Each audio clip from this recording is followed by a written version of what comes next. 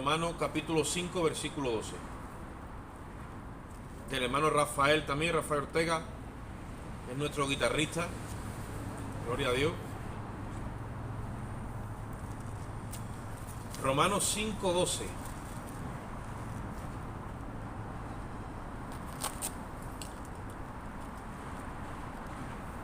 ¿Estáis allí?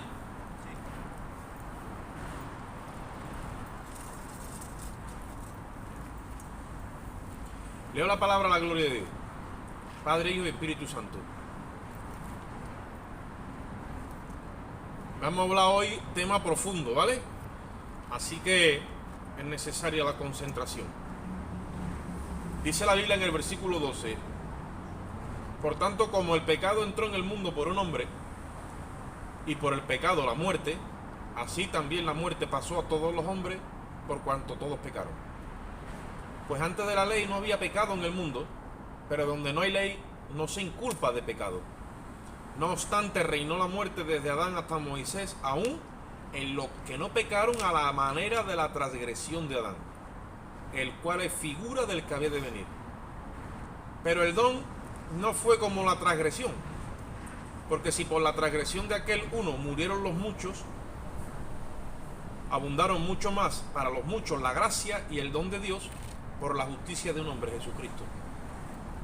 Y con el don no sucede como pasó con aquel uno que pecó, porque ciertamente el juicio vino a causa de un solo pecado, para condenación, pero el don vino a causa de las muchas transgresiones para justificación. Pues si por la transgresión de aquel uno solo reinó la muerte, mucho más reinarán en vida por uno solo los que reciben la abundancia de la gracia y el don de la justicia.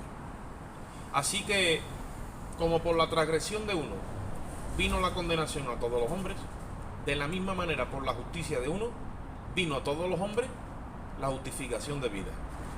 Porque así como por la desobediencia de un hombre los muchos fueron constituidos pecadores, así también por la obediencia de uno los muchos serán constituidos justos.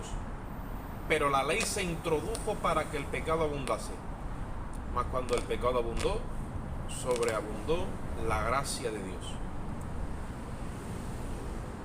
Para que así como el pecado reinó para muerte, así también la gracia reine por la justicia para vida eterna mediante Jesucristo Señor nuestro. Bendecida está la palabra del Señor. Eso leído tal cual, porque he leído de corrido, ¿vale? Nos hace, parece que es un trabalengua y que no entendemos a lo mejor los términos en los que nos está hablando. Yo voy a intentar de desmenuzar en esta mañana con la ayuda del Espíritu,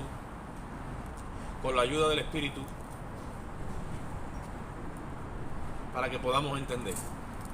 Ustedes os acordáis que la semana pasada, cuando, gloria a Dios, cuando el hermano Paco nos compartía acerca de aquellos dos hombres ricos,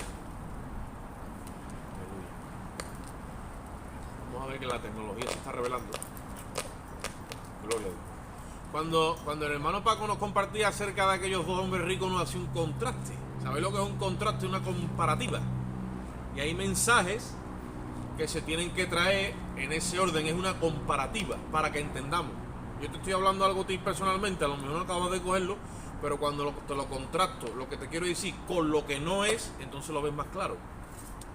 Si te digo esto es así y tú dices no lo veo bien, digo bueno, pues esto es así y eso mismo no es así, y te lo contrasto, lo que quiero con lo que no quiero, ahí tú empiezas a ver más claro lo que te quiero comunicar. Entonces el apóstol Pablo usa a dos hombres para hacernos entender lo que Dios quiere transmitirnos. Y esto es la grandeza, oye esto, del don de entender la justicia de Dios. Ahí todo el tiempo habla de un don y no lo dice hasta el final. Es el don de la justicia. Nosotros por lo regular no estamos hechos a entender a Dios en su justicia. Somos más dados a entender a Dios en su amor, ¿verdad que sí?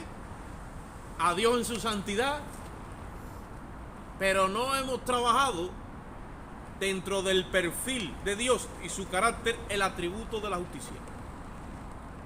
Cuando nosotros indagamos, gloria a Dios, cuando nosotros indagamos acerca de conocer a Dios en su justicia, es cuando se nos ilumina todo. Y eso solamente lo vamos a descubrir indagando lo que pasó en la cruz. La cruz tiene una repercusión jurídica a nivel moral, judicial y espiritual sobre todo y cada uno de nosotros, que nos da ahora amplitud, no solamente para entender lo que tenemos delante, sino todo el plan y el diseño de Dios a lo largo y lo ancho del trato con los hombres. La justicia que se efectuó en la cruz es una riqueza que el nuevo pacto nos transfiere en Cristo, una riqueza. Y cuando entendemos la legalidad del pacto, hoy hemos firmado nosotros aquí un acuerdo. Podría ser de palabra, lo hemos plasmado en papel para hacerlo legal.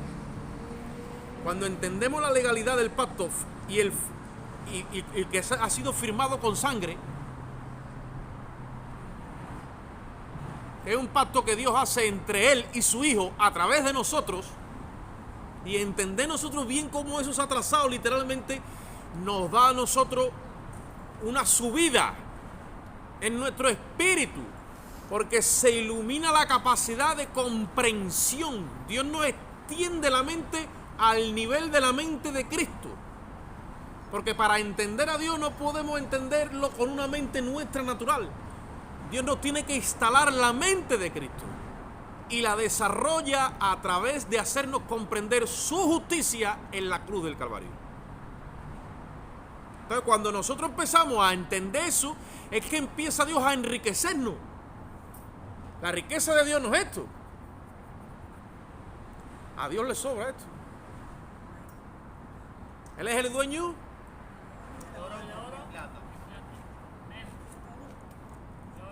Si alguno de nosotros aquí tuviera un montón de oro amasado, podríamos decir que es un hombre o un hermano rico. Pero Dios dice, si solamente tiene eso, no es rico. Jesús dijo, guardaos de hacer tesoros en la tierra, porque allí se lo come el orín y la polilla. Donde esté tu tesoro, allí estará tu corazón. Si tu tesoro está en la riqueza de la revelación de Cristo, ahí estará tu corazón.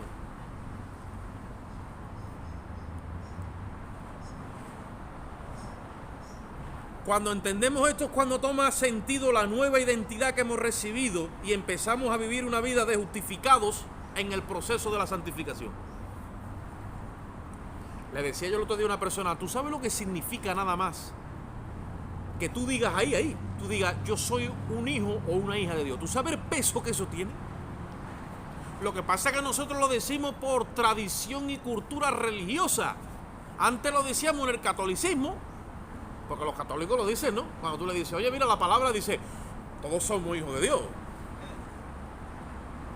Porque tú ya le estás dando a entender que no todos somos, ya se te levanta y se te revela y te dice, oye, párate, todos somos hijos de Dios. Ya tú le tienes que rectificar, bueno, todos somos criaturas, porque hemos aprendido eso. Pero y en el Evangelio ya hemos cogido también como rutina de, soy hijo de Dios, pero tú conoces el peso legal y jurídico de lo que eso significa. Si supiéramos. Porque ese es el don de la justicia que Dios te otorga, que es lo que hace que la gracia de Dios pueda reinar en tu vida. Porque ahí hemos acabado leyendo que dice que el pecado reina para muerte, ese no necesita de más nada. Pero la gracia para reinar en tu vida necesita del don de la justicia. No puedes reinar sola, porque la gracia ha salido de la justicia. Es un favor y un mérito que Cristo nos otorga después de haber ganado la salvación para nosotros. Muchos hay diciendo, no, es que la salvación es gratis, sí, pero tú sabes quién ha pagado por ella, porque gratis no es. Y como nos falta la otra parte de que alguien ha pagado por ella, entonces hacemos un uso incorrecto de ella. Si tú supieras lo que a Cristo le ganó esto y cogieras momento a momento de su vida, pudieras estar en cada momento de su vida mirando, sintiendo, pensando, absorbiendo todo lo que él pasó y sufrió, te aseguro que a la hora de pecar, tú hoy aquí te lo pensarías 2 veces. Es más, es que no te sale el pecado. Estás metido en una sustancia donde esa naturaleza que Cristo tiene rechaza de plano el pecado, porque el pecado es el que ha traído la ruina a la humanidad, y el pecado fue el que tuvo que llevar a Cristo a ir a la cruz, a hacerse responsable por cada uno y todos nosotros. Eso solamente te lo revela el don de la justicia. Está Jesús hablando con la samaritana en el pozo de Sicar, ustedes saben, ¿verdad? Y en medio de la conversación, yo imagino a Jesús así, y en medio de la conversación le dice: si conocieras el don de Dios, le dice. ¿De qué don se estaba hablando? Porque ella estaba hablándole de todo su retajila. Nosotros muchas veces estamos igual. Señor, sí, porque el pozo, porque tal, porque nuestro padre Jacob, y yo tengo que ver, y Jesús así. Y le dice: si conocieras el don de Dios. ¿Y quién es el que te pide de beber? Si tú supieras nada más, que si tuviera la revelación esa, entonces tú le pedirías a él, y está hablando de, y él te daría agua viva, dice. Que ella todavía, en la frecuencia de la carne, que la mente natural, como no entiende a Dios, dice: pero ya no me tiene que venir más al pozo aquí todos los días, porque está queriendo que lo que Dios nos ofrece es físico. Es ese derrame de justicia sobre tu alma. Entonces vamos a establecer un contraste, un mensaje de contraste, de comparación entre Adán y Cristo. Así como en Adán se nos aplica una condenación, así también en Cristo se nos aplica una justificación. Y así como desde el nacimiento de la carne se me aplica una transgresión que es de Adán, que no la cometí yo, la cometió él, pero se me aplica por ley, así también sin hacer nada se me aplica de la misma manera, se me aplica la justicia de Cristo sin hacer nada, solo por creer. Y por eso, por esa figura y sombra de Cristo. De la misma forma de que Adán cometió pecado y ahora yo, desde el minuto 1, se me imputa lo que él hizo, de la misma forma, sin hacer yo absolutamente nada, de la misma manera, se me imputa lo que Cristo hizo en la cruz del Calvario. Eso es lo que está diciendo ahí. Y dice, y eso es igual. Ahí todavía no hay diferencia. Estamos comparando entre dos personas o dos personajes, pero no hay diferencia. Esto es lo mismo. Lo que hizo uno se te imputa a ti y lo que hizo el otro también. Ahí todavía no hay diferencia. Ahora cuando entramos a partir del versículo 14, entonces ahora sí que ya va a haber diferencia entre uno y otro. Pero de momento es lo mismo. Lo que uno ha hecho se está aplicado, pero lo que otro ha hecho también se está aplicado. Es que yo escucho a gente que dice, hombre, pero es que fíjate tú lo que hicieron Adán y Eva, y viene el problema que me ha dejado aquí a mí ahora. Yo digo, pero mira lo que te ha hecho Cristo y la bendición que te ha traído también ahora. Y ya no saben cómo coger eso, ¿eh? Por eso que delante de Dios no va a haber justificación ni excusa. Y dice la Biblia que este Adán era figura del que había de venir. ¿Por qué dice que era figura del que había de venir? Pues dice, por eso era figura y sombra del que había de venir. Por eso era figura y sombra, porque en el acto suyo se le aplicaba a la humanidad, y el pecador no es pecador porque peca, sino por pecar, sino porque Adán lo ha constituido pecador. Le ha dejado una naturaleza transgresora que invade la voluntad de Dios. Y por ser de Adán, ya tenemos una aplicación y una constitución de pecadores. Por eso es que eso se nos transfiere por la sangre. Acordaros que lo estuvimos viendo el otro día cuando hablamos. Hemos recibido una herencia corrupta y caída por causa de Adán, sin hacer nada. Por eso es que era figura y sombra del que había de venir, porque vendría otro sin que nosotros también hiciéramos nada, que nos dejaría otra herencia. Y nosotros no vamos a entender esto hasta que no entendamos la justicia de Dios en Cristo.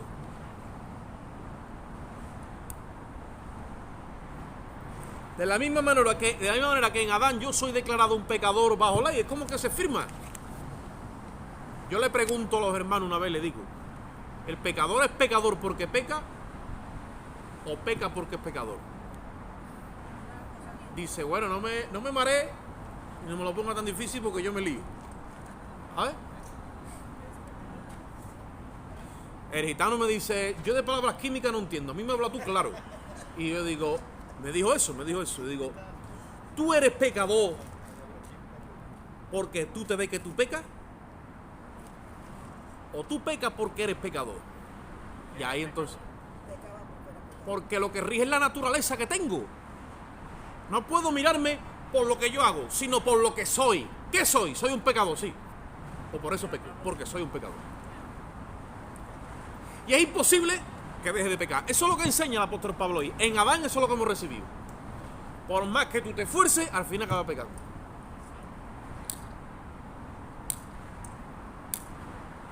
Y tú educas a un cochino de esos vietnamitas que te lo trae a la casa y lo lava, lo limpia, le echa colonia, le da de comer chope y lo tiene como un niño, y lo saca a la calle y ve un charco y se te revuelca en el cielo. Y tú dices, ¿pero esto cómo es? Y dices, pues esa es la naturaleza que lleva adentro. Y le enseña al perro que no ataque al gato, le da 20.000 collejas, y cuando ve al gato ya le sale el impulso, porque lo lleva adentro. Es su naturaleza. Eso no es lo que Dios ha diseñado, de que nosotros por fuera podamos en este orden cambiarnos a nosotros mismos para hacer la voluntad de Dios. Ese no era el diseño o el orden de la ley. Y ahora empieza a decir eso aquí el apóstol Pablo.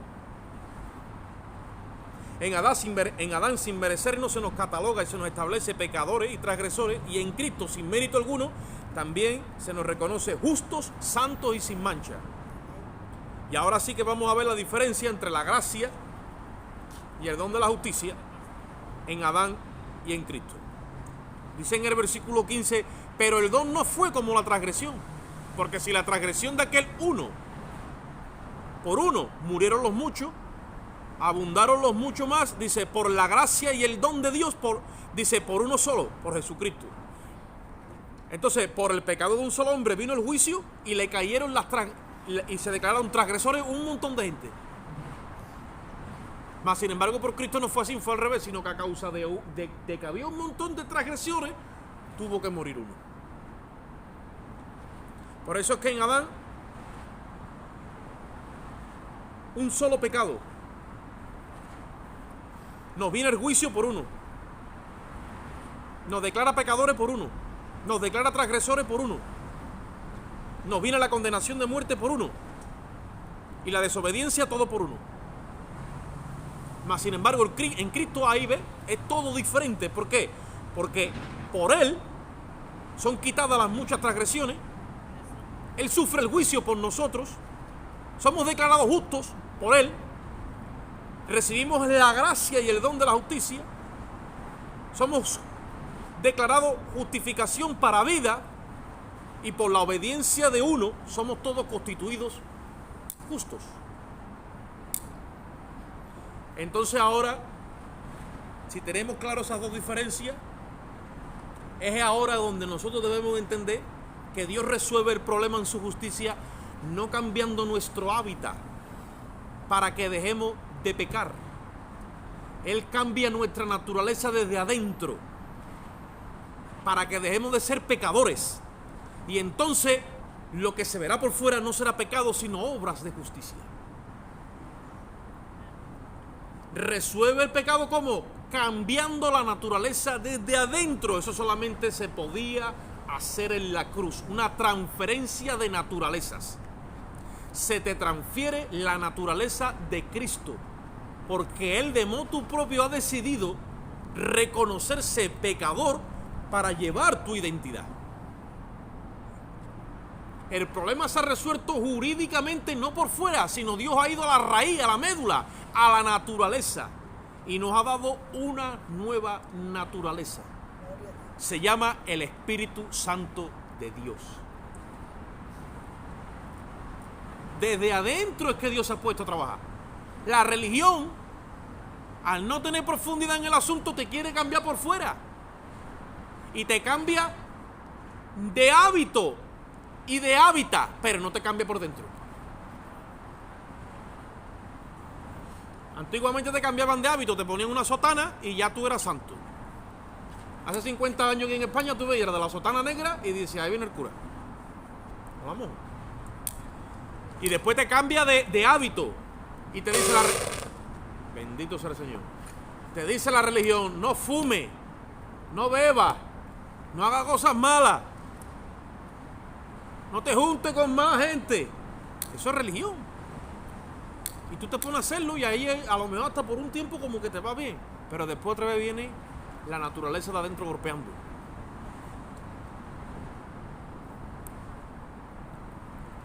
Cuando nosotros hacemos un estudio a lo largo y a lo ancho de la Biblia, mirando el carácter de Dios y los atributos, vemos que un aspecto que resalta por encima de todo es su justicia, revelándonos su naturaleza justa.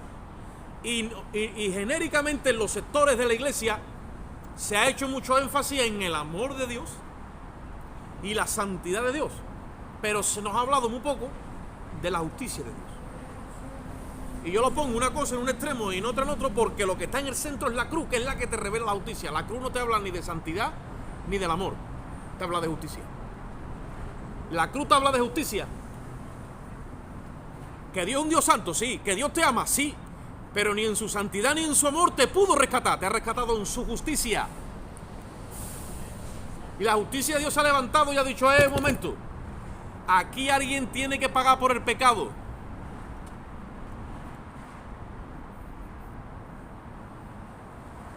Porque los jueces de la tierra se corrompen.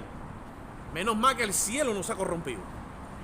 Y Dios prefirió serle fiel a su justicia antes que no enviar a su Hijo a la cruz. Y Jesucristo fue a la cruz porque alguien tenía que pagar por el pecado. ¿Por qué? Porque la justicia de Dios dice que el alma que pecare, esa morirá. Eso es la justicia penal y hay que cumplir el delito. Es justo que se castigue al culpable. Pero es injusto que se castigue al inocente. Entonces, en el ámbito humano se produjo una injusticia en la cruz. Y cuando a ti la gente te diga, es que esto no es justo, es que... Porque muchos que se agarran a la injusticia que ven. O no te lo han dicho a ti. Porque yo todo el tiempo que estoy intentando evangelizar, la canción de fondo es la injusticia que hay en la vida. Y yo le digo, no hay injusticia más grande que la que se celebró en el Calvario. Y me dice, ¿por qué? Digo, porque el justo murió por los injustos. ¿Ahora qué? Y eso no lo ha hecho nadie, eso lo ha hecho Dios, que ha puesto de lo suyo para salvarnos a nosotros.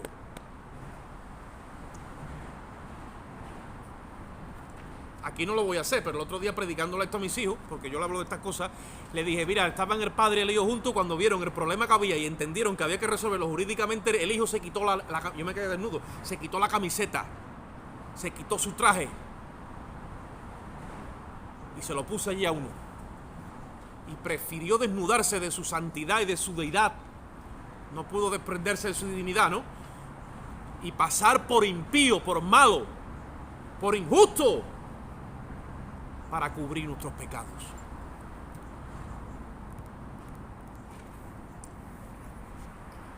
Jesucristo ha pasado en esta tierra como el pecador más grande que ha habido en la historia de los hombres, para que lo sepáis, en la cruz. Todos nuestros pecados, dice la Biblia, fueron puestos sobre él. De eso no se habla mucho. Él pasó por secuestrador, por violador, por atracador, por malo, por violento, por borracho, por homosexual, sí, por homosexual, por gay, por lesbiana, por todo. Él pasó por todo eso delante del Padre. Y cuando el Padre vio que entraba en la sala de acusados su hijo, no detuvo su justicia.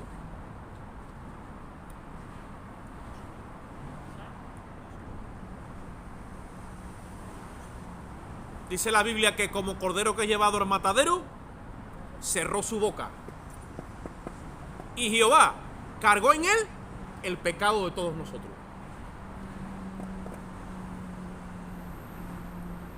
Jesús le dijo la noche antes, Padre, pasa de mí esta copa. ¿Qué copa? La ira de Dios se tiene que derramar sobre el pecado del pecador. Dijo, pero no hagas mi voluntad, sino la tuya. Era la copa de la ira de Dios. Jesús ha probado esa copa con nosotros. A nosotros nos ha ofrecido otra copa. Es la copa del nuevo pacto en su sangre. Por eso Él quiere que bebamos de esa sangre. Por eso que cuando probamos esa sangre, está hablando en términos espirituales, tú sientes que es una sangre pura que se ha derramado por tu impureza. Y se ha hecho verdaderamente justicia por ti. Cuando tú entiendes todo este proceso desde el principio hasta el final, por eso tú te tienes que sentir un hombre libre y una mujer libre. Porque no le debes nada a Dios. Jesucristo se lo ha pagado todo. Y ahora eres salvo por la gracia de Dios por medio de la fe. Y te apropias de esa gracia y del don de la justicia. Y no hay diablo que te tiene que mover a ti de ahí. La religión nos enseña muchas cosas. Entre ellas hay unos sectores evangélicos, pentecostales, que se llaman de sana doctrina, pero son legalistas. ¿Por qué? Porque ellos no te hablan de la justicia, te hablan de la santidad. ¿Sí, correcto? Y en esos sectores tú nunca vas a escuchar un mensaje, muy raro que haya un mensaje de la justicia de Dios. Todo el tiempo es santidad, santidad, santidad, Jehová. Y sin santidad nadie verá al Señor. Y tienen a todo el mundo atemorizado y secuestrado. Porque todo el mundo está pensando que como te deslice un segundo, te va a caer el meteorito del siglo. Porque es un sistema de fe bajo temor. Generalmente hay dos sectores. El legalista resalta la santidad, y en los sectores más liberales en el otro tramo, porque cuando no se tiene revelación de la justicia no hay equilibrio. Entonces, como en política, o eres de izquierda o eres de derecha, y nunca hay un equilibrio. Y tú vas a ver que el hombre, por más equilibrio que busque en la política, nunca lo va a encontrar, porque la política no está diseñada para revelar y moverte en la verdad. El diseño que Dios puso para revelarnos la verdad es la cruz. Los políticos no quieren saber nada de la cruz. Por eso es que tienen las ideas muy claras cuando entran, y al poco tiempo hay que decirle: mira, vete de aquí porque ya está podrido tú y va a pudrirlo todo. Y eso es lo que sucede con la religión también. El legalista llega un momento que ya no puede con su arma, porque como tiene todos los días que sostener la salvación y mantenerla, y tiene que obedecer a Dios en su intimidad, y con su esposa, y con sus hijos, y con su trabajo, y delante del pastor, y tiene que asistir a los cultos, y tiene que diezmar, y tiene que hacer 20.000 cosas, y cuando llega un momento ya lleva la lengua afuera, ya no puede. Y como el Espíritu de Dios se detiene, porque en ese orden ya te caes de la gracia y vives por las obras, y los que por las obras quieren ser justificados de la gracia caen, llega un momento que no hay ese renuevo, no hay ese conocimiento, no te sientes salvo, ni justificado, ni aceptado por Dios. Pierdes esa aceptación. Después está el otro extremo, los que resaltan tanto el amor de Dios, que Dios es amor, Dios es amor, Dios nos ha perdonado y que todo es amor, sin hacer énfasis en la justicia, que pecan y pecan y pecan, y como Dios es amor y la salvación nunca se va a perder, pues acaban pudriendo y se convierten en liberales. El apóstol Judas, antes de la epístola de Apocalipsis, dice: aquellos que hacen de la gracia de nuestro Señor Jesucristo libertinaje.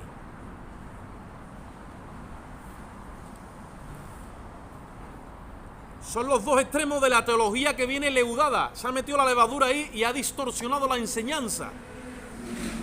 Y sin revelación de la justicia de Dios y la abundancia de la gracia. Cuando tenemos la revelación de esto, podemos participar de la santidad sin ser legalistas, y podemos participar del amor de Dios sin ser unos liberales. Cuando entendemos la justicia, tú empiezas a nutrirte de la justicia de Dios, llega un momento que tú sientes el amor de Dios en tu vida. Y sabes lo que dice Romano, que ni la muerte ni la vida, ni ángeles ni potestades, ni lo presente ni lo porvenir, ni ninguna cosa creada te va a separar a ti del amor de Dios, porque tiene la revelación de la justicia. Pero el legalista y el libertino no tienen esa certeza completa y se turban. Por eso es que tú ves que los legalistas atacan y los libertinos también. El legalista ataca al que en su visión no ve en santidad, y el libertino también ataca al que en su visión no le respeta, que peca, y te empieza a querer convencer de que la salvación no se pierde por pecado. Esa es la retahíla que tiene en su cabeza, y no tiene paz, ¿eh? Ni unos ni otros tienen paz. Dice Isaías 32:17: el efecto de la justicia será la paz. Y la labor, dice, seguridad y reposo eternamente. Porque la labor que Dios hizo en el Calvario a través de Cristo fue impresionante. Es una obra que está acabada y terminada. Cuando tú andas en la justicia de Dios, tú tienes la paz. Pero la paz que te transmite el Espíritu. El otro día yo lo estaba predicando a una persona y hablándole y le digo, tú ahí me estás contando un montón de cosas, de inquietudes de cosas, y se veía ese oleaje en su corazón, no podía. Y digo, yo siempre que ministro esto lo digo, yo me paro aquí le invito, sin hacer nada. Simplemente agarrándome de mi identidad, sé quién soy y sé el estado que tengo a los ojos de Dios. Y me siento completo, acabado y terminado en Él. No tengo que hacer nada, ni me tengo que mover, ni hacer aspaviento, ni tengo que hacer absolutamente nada.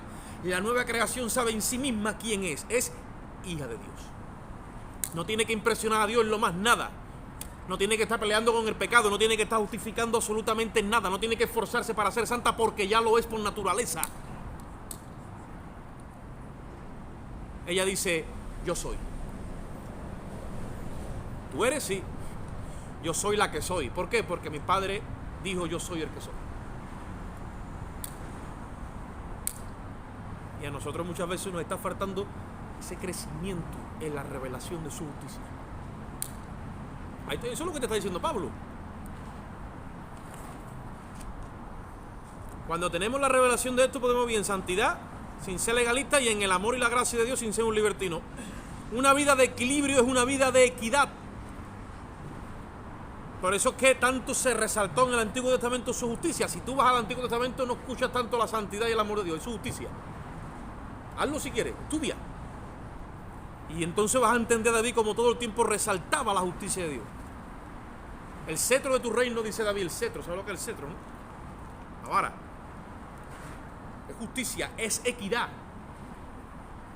Le dice el salmista, tú has amado, está hablando de Cristo, tú has amado más la justicia que otra cosa, que la equidad, que la iniquidad. Dice, por eso te ungió Dios, el Dios tuyo, te ungió más que a tus compañeros. Cuando tú aprendes a amar la justicia, ya no que la entiendas, ya es que la amas. Cuando tú la amas, te aseguro que ahí viene la unción de Dios. Dice, por eso te ungió Dios, el Dios tuyo. Y cuando Dios te unge, entonces que el Espíritu Santo respalda tu vida. Jesús empezó su ministerio diciendo, el Espíritu del Señor está sobre mí porque me ha ungido. Primero lo unge porque ha amado la justicia. Después el Espíritu Santo está obligado por ley a respaldar todo lo que ese hombre dice y hace porque ha amado la justicia. Jesús no empezó su ministerio con 12 años, ni con 5, ni con 6, ni con 14. Empezó con 30. Y nosotros cuando leemos los evangelios vemos que hasta los 12 años se perdió en Jerusalén, lo buscaron, lo encontraron y dice, y se sujetó a sus padres. Y ya tú no sabes más nada de Jesús hasta que aparece con 30 años. ¿Dónde estuvo esos 18 años que faltan? ¿Dónde encontramos a Cristo en la Biblia? Se estuvo preparando para el ministerio, estuvo conociendo de cerca la justicia de Dios, amándola. 18 años, para un ministerio de 3 años y medio. Hoy queremos 3 años y medio de preparación para 15, 20, 30 años de ministerio. Como hacen los hombres, dice, hoy qué es lo que estamos, hoy por qué celebración, dice, porque el pastor cumple que lleva 20 años de pastor y ya vamos a hacer una fiesta. Y todas son las fiestas, los cumpleaños de los ministerios y tantos años en el ministerio. Contra tú más tarde en entrar en el ministerio, más preparado vas a ir. Contra tú más te prepares en la justicia de Dios, más preparado vas a ir. Jesús se preparó durante 18 años. Bueno, hermano, ¿dónde encuentro yo a Cristo en esos 18 años? Vete a los Salmos. Y mira a David sufriendo, cómo lo perseguía Saúl, cómo lo traicionó su hijo, cómo su pecado lo quiso tapar y salió a la luz. Mira todas esas cosas y vas a ver a Cristo en esos 18 años que te faltan en los evangelios. En el sufrimiento de esta humanidad es donde conocemos la justicia de Dios.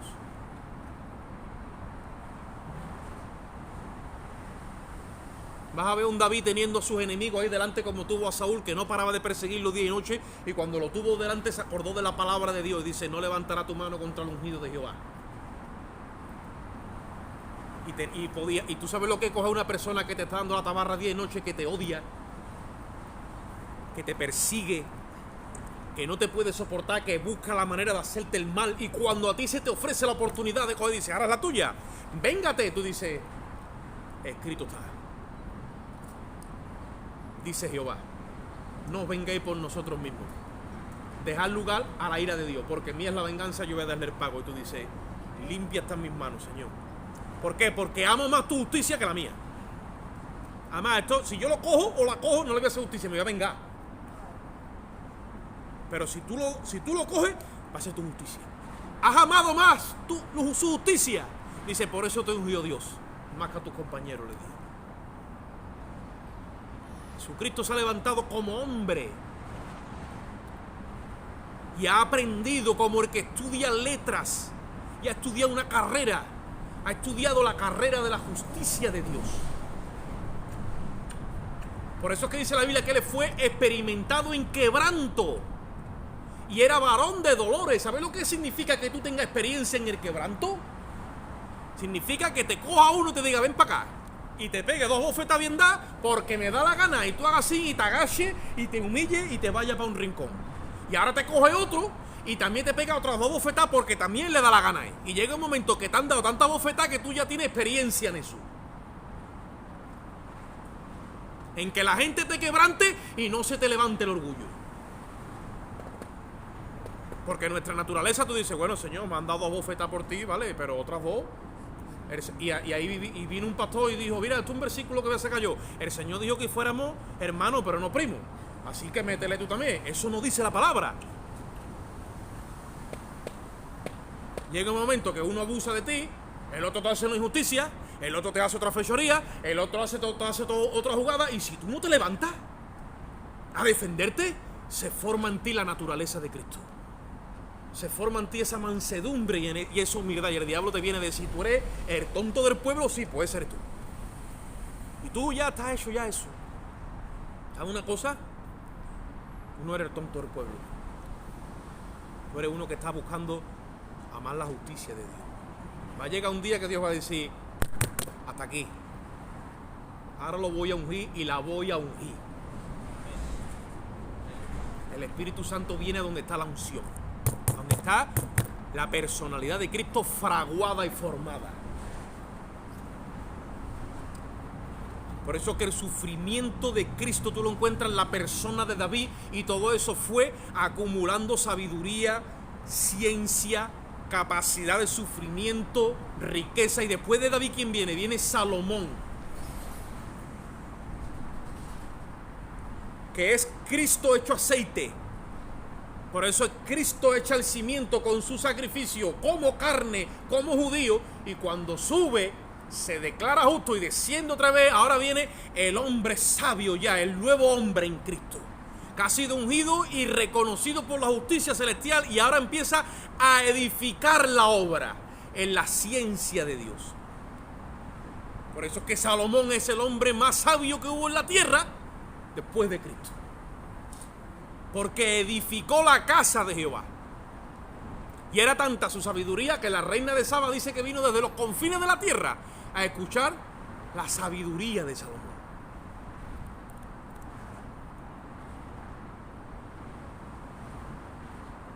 Hoy tú le dices a un hermano, el culto va a ser, hermano, en Los Pinares. Dice, no, es muy lejos, yo allí no puedo ir. Lo escucho por el móvil, hermano, luego. Vale. Pero en aquel tiempo esa sabiduría no era normal. Y la gente cogía su bártulo y dice, yo tengo que escuchar a este hombre. Dice que cuando la reina de Saba vio a Salomón ejecutando, dice, lo que a mí me habían dicho no era nada en comparación con lo que yo he visto. Y si tú te vas a estudiar los libros de los reyes, vas a ver a Salomón iluminado por el Espíritu trayendo justicia pura. Ese es Cristo ejecutando. ¿Os acordáis de las 2 mujeres que peleaban con el hijo? ¿De dónde le venía a Salomón esa sabiduría? Era de Cristo. Los sufrimientos de David eran de Cristo, la sabiduría de Salomón era de Cristo, y todo lo que participaron la gente del Antiguo Testamento era de Cristo. Y participaron a crédito porque todavía legalmente no había sido derramada sangre. Por eso es que ellos venía el Espíritu y se iba, venía y se iba, pero nosotros hemos entrado al pacto con la sangre derramada. Entonces el Espíritu ha venido y ya no se va, se queda. Y tenemos la sabiduría de Salomón, no la de Cristo. Los sufrimientos de David, no los de Cristo. Y tenemos todo lo que tenemos, lo tenemos de Cristo. Porque hemos aprendido la justicia de Cristo. La justicia de Cristo no es que tú pagues mal por mal. Ni ojo por ojo. ¿Oísteis que fue dicho? Le dijo Cristo al pueblo de Israel. Amará a tu hermano y aborrecerá a tu enemigo. Y le dice en otra palabra, yo no dije eso. Han distorsionado los escribas y los fariseos. Han distorsionado, los intérpretes de la ley han distorsionado lo que yo dije. Yo no dije eso. Yo dije, ama a tu hermano y ama a tu enemigo. Y al que te den una mejilla, ponle la otra. Eso es lo que yo dije. Y al que te obliga a caminar una milla, ve con él otra. Eso es lo que yo dije. Y al que te quiera tomar manto, le dar manto y la capa. Eso fue lo que yo dije. ¿Tú dijiste eso, Señor? Sí, yo lo dije. He estado 18 años practicando eso en el desierto. Ahora se presentó delante del pueblo.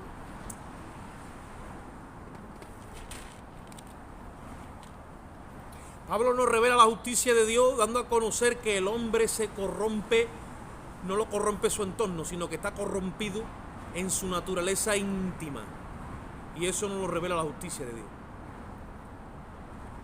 Y en la cruz nos imputa una justicia perfecta, renovando nuestra naturaleza corrompida e imputándonos su nueva naturaleza. Legalmente nos la instala, que es la nueva creación, donde Cristo es el primogénito de esa nueva creación, que sale de la tumba, del bautismo, sale, y por eso es que esa nueva creación sale de la muerte. Yo voy a pedir que vengáis conmigo un momentito al libro de Romanos, pero al capítulo 7. Pásale la página nada más.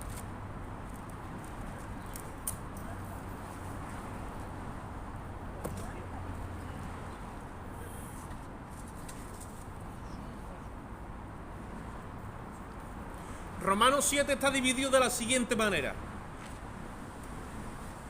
Con vuestro permiso.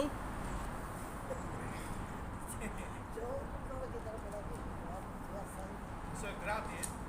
No, Gracias. no me estoy desnudando de la santidad, me estoy...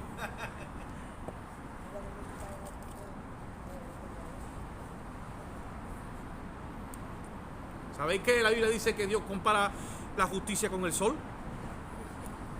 Dice el sol de justicia le llama. Por eso es que es tan agradable el sol. Disfrutar del sol es una bendición, hermano.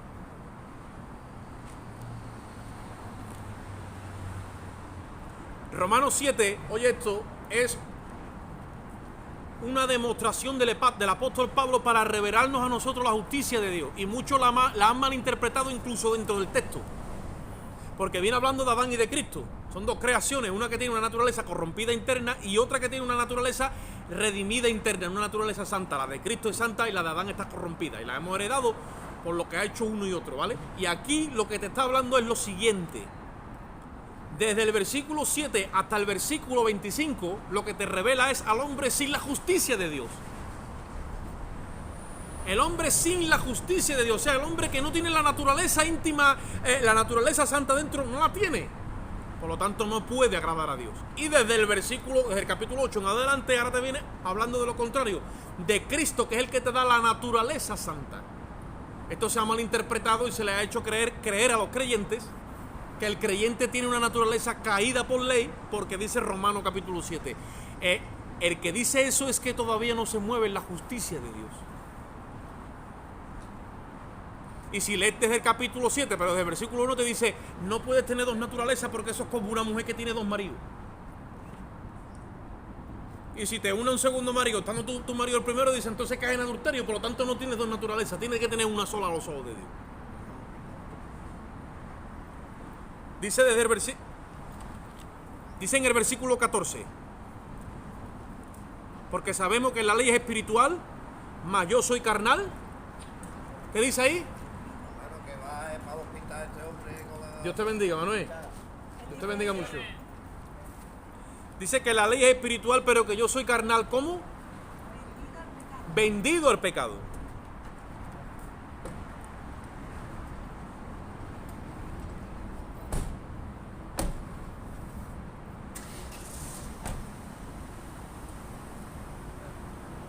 Porque lo que hago no lo entiendo, pues no hago lo que quiero, sino lo que aborrezco, eso hago. Y si lo que no quiero esto hago, apruebo que la ley es buena. De manera que ya no soy yo quien hace aquello, sino el pecado que mora en mí. La ley te revela el pecado que mora en mí. Y yo sé que en mí, esto en mi carne, no mora el bien. Porque el querer el bien está en mí, pero no el hacerlo. Porque no hago el bien que quiero, sino el mal que no quiero, eso hago. Y si hago lo que no quiero, ya no lo hago yo, sino el pecado que mora en mí. Así que queriendo yo hacer el bien, hallo esta ley, que el mal está en mí. Porque según el hombre interior me deleito en la ley de Dios, pero veo otra ley en mis miembros que se revela contra la ley de mi mente y me lleva cautivo a la ley del pecado que está en mis miembros. Miserable de mí, ¿quién me librará de este cuerpo de muerte? Gracias doy a Dios por Jesucristo, así que yo mismo con la mente sirvo a la ley de Dios, pero con la carne sirvo a la ley del pecado. El hombre pecaba, pero tenía una ley que denunciaba su maldad, para crearle conciencia de lo que es ilegal. Y cuando al hombre se le crea conciencia de lo que es ilegal, entonces ya hay manera para hacerlo culpable y para castigarlo. Hemos leído antes en Romanos 5 que no había ley, desde Adán hasta Moisés no hubo ley, pero el pecado reinaba. El hombre no era consciente. Pero cuando Dios introduce la ley, ¿para qué la introduce? Para hacerle consciente, oye esto, de tu naturaleza. La ley está diseñada por Dios, dice que la introduce, no estaba desde el principio, Él la introduce. Por causa de las transgresiones, el hombre está siendo transgresor, pero no sabe que es transgresor. El hombre es pecador, tiene una naturaleza de adentro que es pecador, pero no lo sabe, entonces está continuamente queriendo cambiarse desde afuera y agradar a Dios en esa ley. Y no puede porque la ley no tiene ese diseño. Y por eso es que aquí Pablo coge su propia persona, porque él, nosotros no queremos gentiles, no buscamos a Dios, ni teníamos ley ni nada. Pero él, antes de conocer a Cristo, él tenía ley, tenía Torá, y buscaba la justicia por la ley. Y la justicia no venía por la ley, la justicia venía por la cruz. Os voy a explicar en términos sencillos que ustedes podéis entender a qué se compara en un momento dado la ley. Es como cuando tú te subes al peso, a la balanza, y dice la balanza lo que tú pesas. ¿Sí o no? Normalmente el resultado no te suele agradar. Normalmente. Pero la balanza tampoco puede hacer nada. Dice lo que hay y se calla. ¿Sí o no? El termómetro te lo pone y dice la temperatura que tiene. ¿Sí o no? Pero si tienes fiebre tampoco te la puede quitar. Ella simplemente dice lo que hay. Y muchos han creído que la ley, después de señalarte tu pecado, de declararte transgresor y decirte que te van a castigar, cree que la ley te va a justificar. Y ella lo que hace es que te condena. ¿Qué es lo que hace la ley? Te señala simplemente, allí vas a encontrar justicia. ¿A quién te señala? A Cristo. Por eso dice Romanos 3:23, dice, ahora, aparte de la ley, se ha manifestado la justicia de Dios, testificada por la ley y por los profetas. Y Romanos 10:4 dice que el fin de la ley trata con nosotros para decirnos cómo estamos. Dice, pero el fin de ella es Cristo, para justicia a todo aquel que cree. Pues eso es lo que está explicando después en el capítulo de Romanos 7. Cuando tú te aplicas la ley, ves una ley que está en tus miembros. Y tú te das cuenta de que eso no puede cambiar, eso es intrínseco, está ahí. Esos miembros te obligan a ti a pecar, porque hay una ley ahí en tus miembros. La ley de Dios resalta la ley de tus miembros. Y Pablo, cuando descubre eso, dice, miserable de mí, ¿quién me librará de este cuerpo de muerte? Entonces, cuando tú vas a Cristo, eres circuncidado de ese cuerpo de muerte. Ahora os voy a explicar una cosita. Pablo nos revela que la ley tiene como finalidad hacernos conscientes del pecado, pero es para cambiar nuestra naturaleza de pecado. Y puse como ejemplo el peso, la báscula, el termómetro o la alarma. La alarma muchas veces es otro ejemplo de la ley, porque la alarma salta cuando alguien roba o alguien está haciendo algo malo, pero ya no puede hacer más nada. La alarma no puede hacer más nada, no sale detrás del ladrón y lo coge, tiene que venir la policía.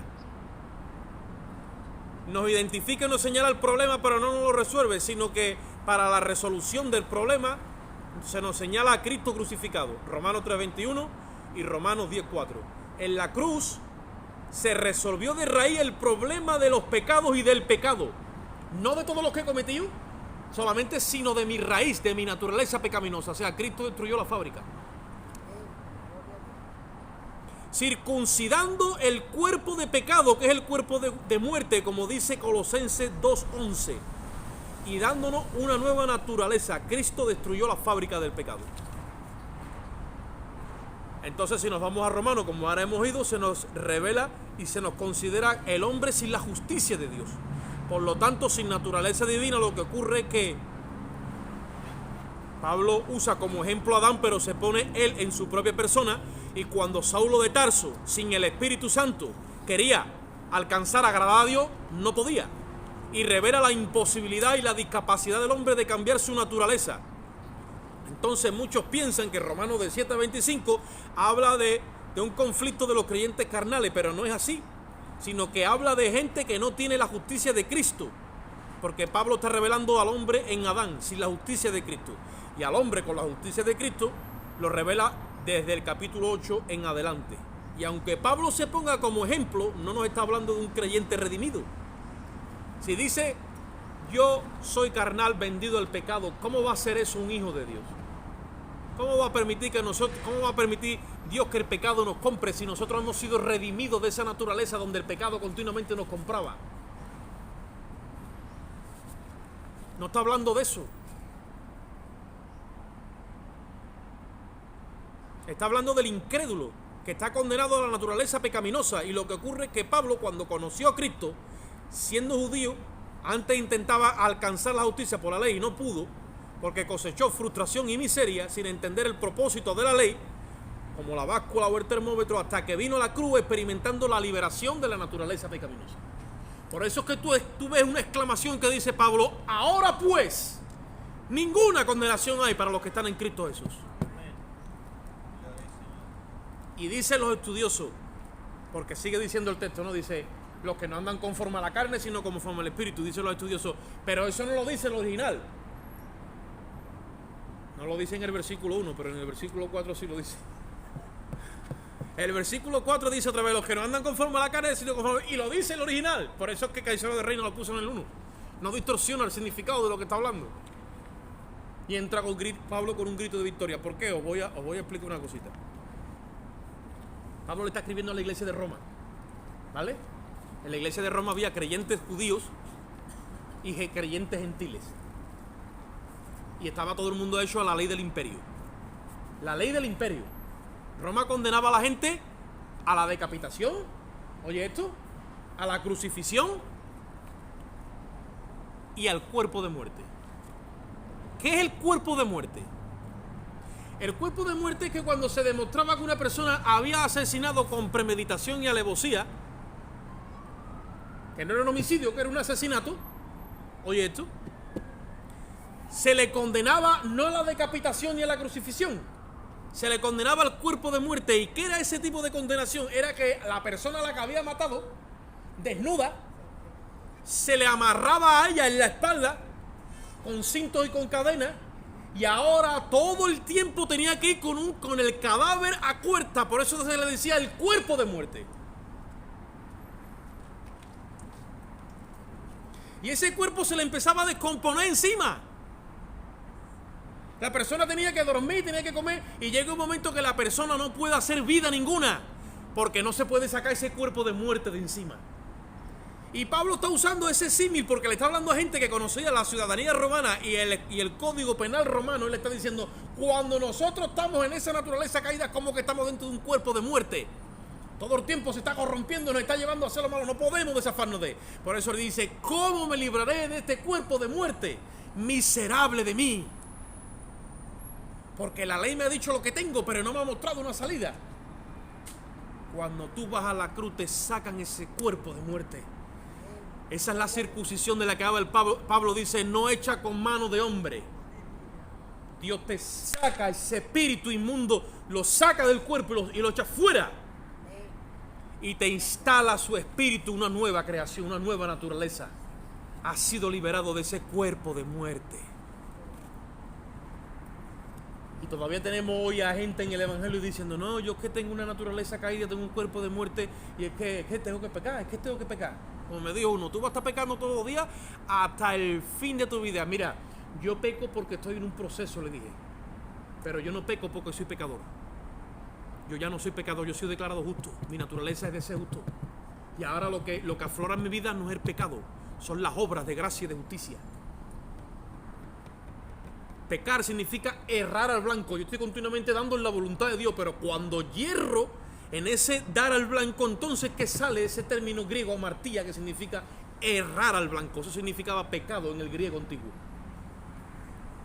Pero una cosa es que yo peco porque soy pecador y tengo todavía la naturaleza caída, y otra cosa es peco porque estoy en un proceso y me descuido de andar en el Espíritu.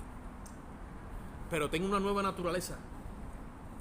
Si eso fuera legal y vigente, las dos naturalezas, tendríamos dos leyes, habría dos leyes en vigor, y entonces le tendríamos que decir a Dios, ¿tú qué pasa? ¿Que nos estás llevando a andar en adulterio? ¿Cuántos esposos vamos a tener? ¿Adán o es Cristo nuestro esposo? Eso es hablar con Dios en términos judiciales. Y Dios te va a decir, no, yo te he puesto un solo esposo. Le dice Pablo a los Corintios, porque os he desposado con un solo esposo, como una virgen pura. ¿Cuántos esposos? Uno.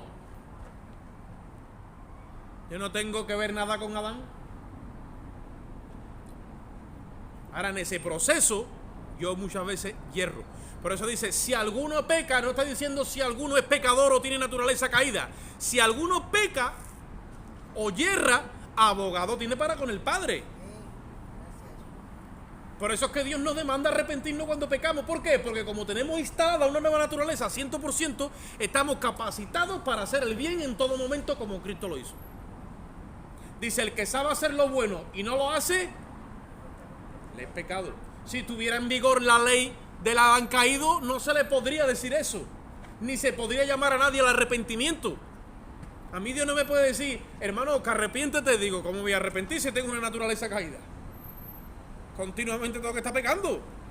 Ahora Dios dice, yo a ti no te he dado esa naturaleza, o sea, te la circuncido, yo te la echo afuera, yo te he puesto la naturaleza de mi hijo. Ah, Señor, entonces perdóname, me arrepiento. Y dice, te voy a revelar lo que es la justicia. Tú vas a ver cómo ya no eres un pecador, eres justo. Porque dice que por la transgresión de uno, los muchos fueron constituidos pecadores. Dice, pero por la obediencia de uno, los muchos han sido constituidos justos. Hemos aquí bajo notario. Estamos escritos en la asamblea de los justos, en la congregación de los primogénitos es que estamos escritos. Ahí estamos escritos. Dios nos tiene que revelar. Es un proceso de revelación. En el Evangelio dice Romanos 1:17, en el Evangelio la justicia de Dios se revela por fe y para fe. Tenemos que ir poco a poco cogiendo más certeza de esto. Por fe, certeza y convicción. Porque ya Dios no te tiene que tratar tus emociones, te tiene que tratar tus convicciones. Yo estoy convencido de lo que soy, aunque no sienta nada. Yo estoy plenamente sabiendo quién soy, aunque no sienta presencia ninguna. Hemos estado aquí hoy hablando, el hermano Oscar nos ha estado gritando. Tú has sentido la presencia, dice, allí la única presencia que había era de los gritos del hermano. Pero tú has sentido allí, no he sentido nada. No, hermano, el culto tiene que estar bueno, hay que sentir. Es verdad, es bueno muchas veces sentir, pero nos acostumbramos con, ¿no?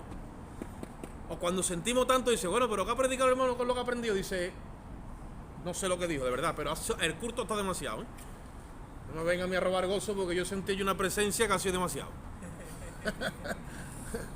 ¿Pero qué ha aprendido? No sé. Yo sé que el Señor está conmigo. Gloria a Dios. Identidad y posición.